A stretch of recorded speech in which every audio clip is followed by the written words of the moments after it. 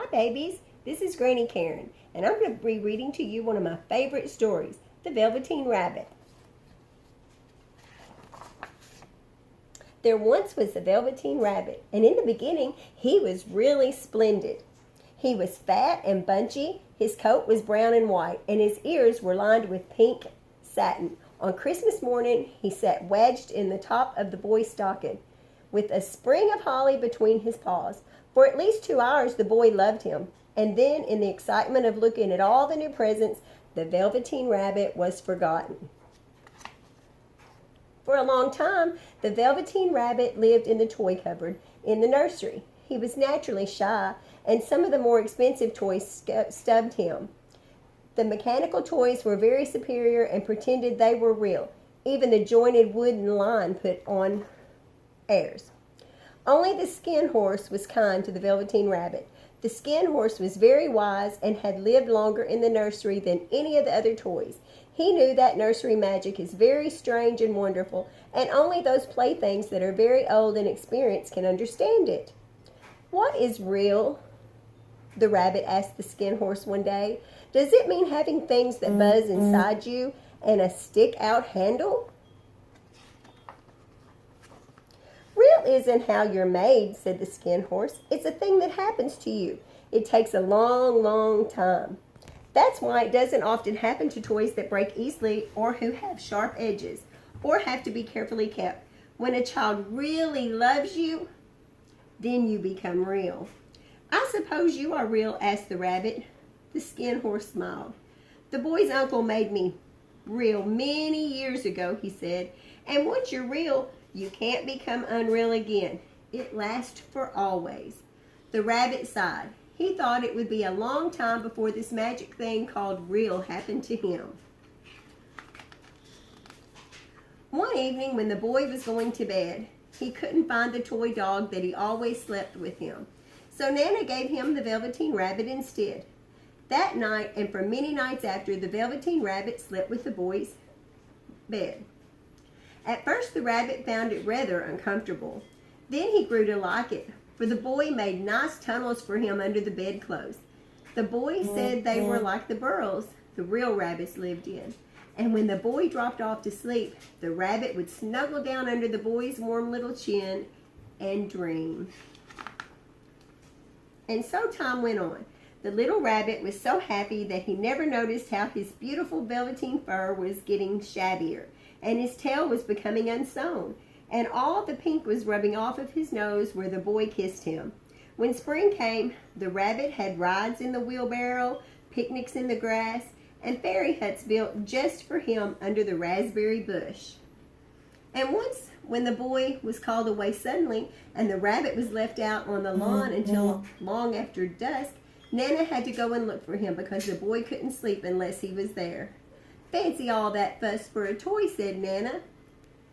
The boy sat up in the bed. "He isn't a toy," he said. "He's real."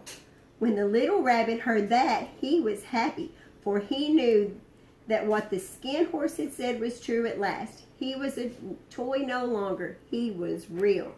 The boy himself had said so.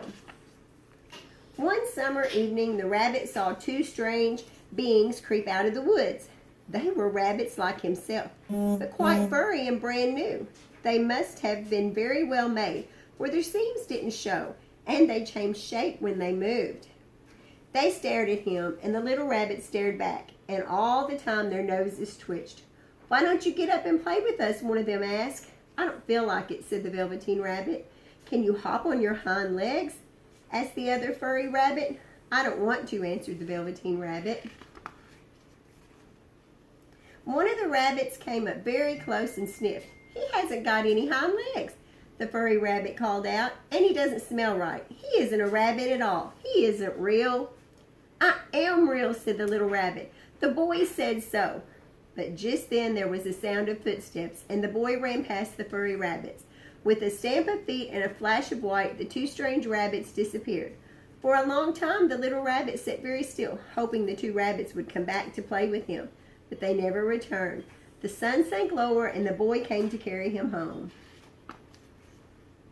Then one day the boy grew ill. His face grew flushed, He talked himself to sleep, and the little body was so hot that it burned the rabbit when he held him close.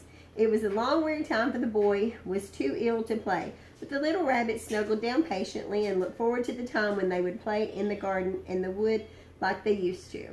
At last the fever turned and the boy got better. The doctor ordered that all the books and toys that the boy had played with be burned, so the little rabbit was put into a sack and carried out up to the garden. Nearby he could see the raspberry bush that he had played with the boy. He thought of the skin horse and all that he had been told by him. Of what use was it to be loved and become real if it ended up like this? And a real tear trickled down his shabby velvet nose and fell to the ground. And then a strange thing happened. For where the tear had fallen, a flower grew out of the ground, and out of the flower stepped a fairy. She came close to the little rabbit and kissed him on his velveteen nose. "Little rabbit, don't you know who I am?" she asked. The rabbit looked up at her, and it seemed to him that he had seen her face before, but he couldn't think of where. "I am the nursery magic fairy," she said. "I take care of all the playthings that children have loved. When the children don't need them anymore, I turn them into real." "Wasn't I real before?" asked the little rabbit. "You were real to the boy," said the fairy, "because he loved you. Now you shall be real to everyone." Then the fairy took the rabbit up in her arms and flew away with him into the woods. The woods were beautiful, and the ferns shone like frosted silver for the clearing, and the wild rabbits danced. But when they saw the fairy, they all stopped dancing and stood around in a ring to stare at her. "I've brought you to a new playmate," the fairy told them. "You must be very kind to him, for he's going to live with you forever and ever." Then she kissed the little rabbit again and said, "Run and play, little rabbit." The little rabbit sat quite still for a moment. He did not know that when the fairy had kissed him, she had changed him altogether. He might have sat there for a long time, if just then something hadn't tickled his nose, and he lifted his leg to scratch it. And he found that he actually had hind legs. Instead of velveteen, he had brown fur, soft and shiny, and his ears twitched by themselves. He gave one leap, and the joy of using those hind legs was so great. He went springing about, jumping sideways and whirling around as the others did. He grew so excited that when he did stop to look for the fairy, she had gone. He was a real rabbit at last. Autumn passed, and winter and spring. The boy went out to play in the wood. While he was playing, 2 rabbits crept out and peeped at him. One of them had strange marking under his fur, as though long ago he had been stuffed. The boy thought to himself, "Why, he looks just like my old bunny that was lost." But he never knew that it really was his own bunny who had come back to look at the child who had first helped him be real. Thank you for listening. I love y'all. And until next time, it's Granny Karen.